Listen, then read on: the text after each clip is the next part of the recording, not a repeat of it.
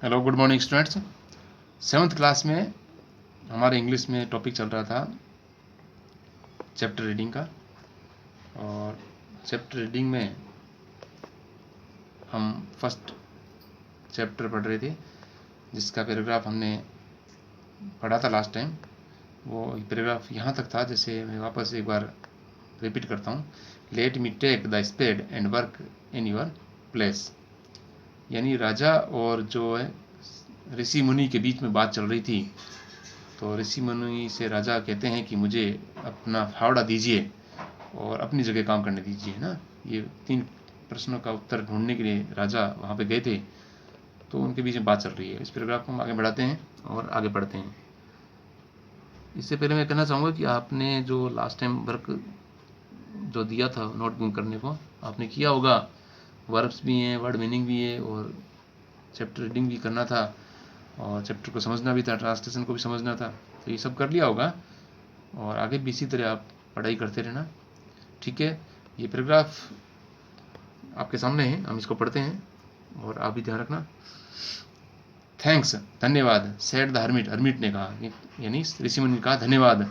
Giving the king his spade, राजा को अपना फावड़ा देते हुए।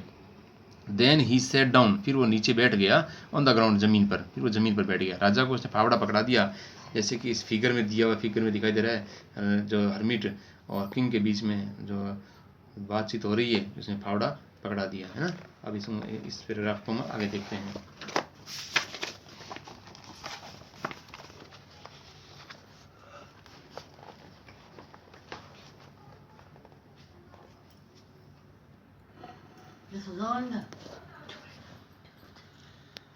When the king had dug 2 beds, जब राजा ने 2 क्यारियों को खोद दिया।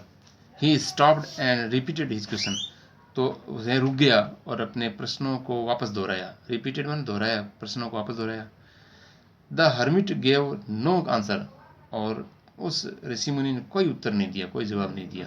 बट स्टूड अप, लेकिन वो खड़ा हो गया। स्टूड अप मीन्स था खड़े होना। स्ट्रेचिंग आउट हिज हैंड, अपने हाथ को फैलाते हुए। फॉर द स्पेड, उस फावड़े के लिए, फावड़े के लिए अपने हाथ को फैलाया। एंड सेड, और क्या बोला, now you rest, now you rest, अब तुम आराम करो। एंड लेट मी वर्क, और मुझे काम करने दो, ऐसा उसने बोला। But the king did not give him the spade, लेकिन राजा ने उसको फावड़ा नहीं दिया, अपनी जो है स्पेड को है नहीं दिया उस ऋषि मुनि को। एंड कंटिन्यूड टू डिग, और लगातार वो खोदता गया। कंटिन्यूड में लगातार, डिग में खोदता गया वो। 1 hour पास्ड, 1 घंटा गुजर गया। देन अनोदर, फिर दूसरा घंटा गुजर गया।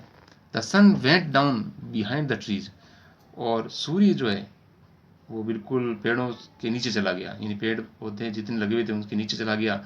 And at last the king stuck the spade into the ground, और अंत में राजा ने उस फावड़े को अटका दिया जमीन में अटका दिया। एंड सेड, और बोला उसने, क्या बोला, आई केम टू यू, मैं तुम्हारे पास में आया हूँ।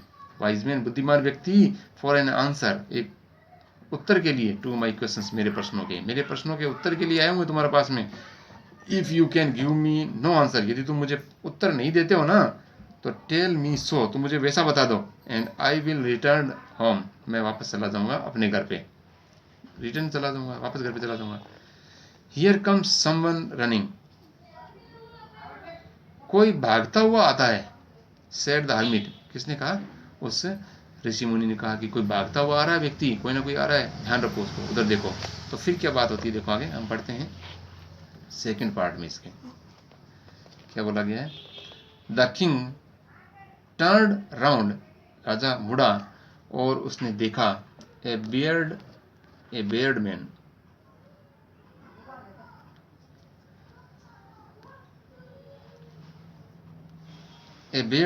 एक दाढ़ी वाले व्यक्ति को देखा उसने। रनिंग टुवर्ड्स देम, और उनकी तरफ जो है वो आग रहा था, उनकी तरफ भाग के आ रहा था।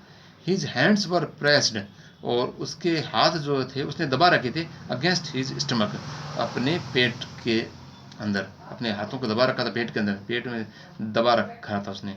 From which blood was flowing, जिससे रक्त बह रहा था, जिससे खून बह रहा था। फ्लोइंग मीन्स होता बहना, जिससे खून बह रहा था। ठीक है। When he reached the king, जब राजा के पास में आया ना तो ही फेंटेड, वह मूर्छित हो गया, बेहोश हो गया, and fell to the ground, और कहाँ गिर गया वो, जमीन पर गिर गया। The king and the hermit, जो किंग जो था राजा और वो संत, राजा और ऋषि मुनि, उसने क्या किया, नेक्स्ट टाइम देखते हैं आगे पैराग्राफ को।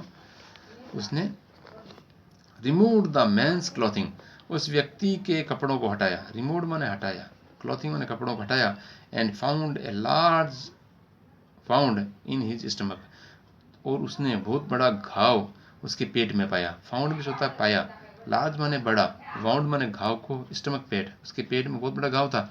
द किंग वॉश्ड, राजा ने उसको धोया, एंड कवर्ड इट, और उसको ढका, विद हिज हैंकचीफ, अपने रुमाल से उसको बांध दिया या ढक दिया या कवर कर दिया। But the blood would not stop flowing, लेकिन उसका रक्त जो था वो बहने से नहीं रुका, लगातार बहता गया।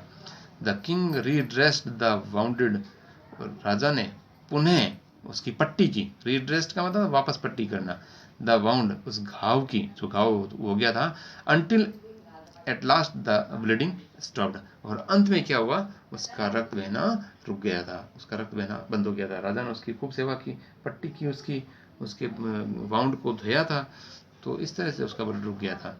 अब उसके बाद में फिर कहानी आगे क्या चलती है, हम इसके बाद जो है नेक्स्ट टाइम को पढ़ेंगे। इससे पहले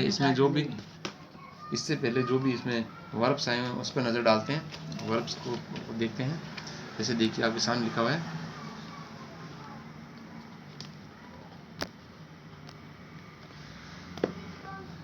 सेट डाउन मतलब बैठ गया, ठीक है। और डग मीन्स होता है खोद चुका, खोदना, है ना, तो थर्ड फॉर्म है ये। रिपीटेड मैंने दोहराया, इसी तरह देखोगे स्ट्रेचिंग मतलब फैलाना, इसी तरह टर्नड माने मुड़ा, बेयर्ड माना होता है दाढ़ी वाला, स्टमक मतलब होता है पेट, रिमूव्ड माना होता है हटाया, वॉश्ड का मतलब होता है धोया, ब्लड का मतलब होता है रक्त, और वाउंड मीन्स होता है घाव, यानी घाव जो होता है तो उसे वाउंड कहते हैं। तो ये सारे वर्ड मीनिंग इसमें आए हुए हैं और इसको आपको नोटबुक में उतारना है, ठीक है। अब इस पे जो कौन कौन सी वर्ब्स आई हुई है उसके बारे में हम देखते हैं। तो देखिए वर्ब्स है इसमें, टर्न मीन्स होता है मुड़ना, ठीक है। सेकंड फॉर्म टर्न होती है, थर्ड फॉर्म में टर्न होती है। रीच मान होता है पहुंचना, और रीच्ड। सी मीन्स होता है देखना, सी की सेकंड फॉर्म होती है सॉ, और थर्ड फॉर्म होती है सीन, सी सॉ सीन।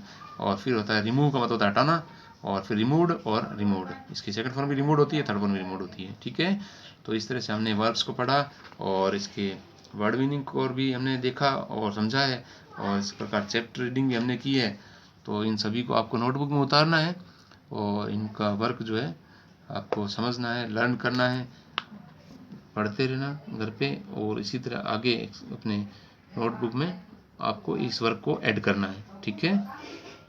रिविजन करते रहना और अपने घर से बाहर मत निकलना, हैंड को वॉश करते रहना है, मास्क का यूज़ करना है, और किसी तरह लापरवाही मत करना बेटा, क्योंकि ये कोरोना वायरस बहुत डेंजर है। पढ़ाई करते रहना। और इसके बाद कौन सा पैराग्राफ आता है, कौन से वर्ड मीनिंग आते हैं, वर्ब्स कौन से होते हैं, इसके बारे में सारी बात हम नेक्स्ट क्लास में पढ़ेंगे, ठीक है। Thank you.